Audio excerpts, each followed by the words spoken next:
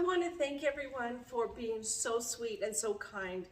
Joy Kelly sent me this and I haven't had a chance to open it, so I wanted to open it here. She sent me these little hugs, these little fuzzy socks. The card in it said, "A gift for you. Promises from God for women. The 101 blessings to brighten your day and uplift your soul." A little rock that says, "Your strength inspires me." To a survivor, and it's a little heart.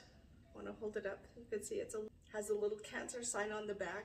And then she sent me a sweet card. "I am the light of the world. A friend loves at all times, and always may his light shine on you to bring you peace and joy.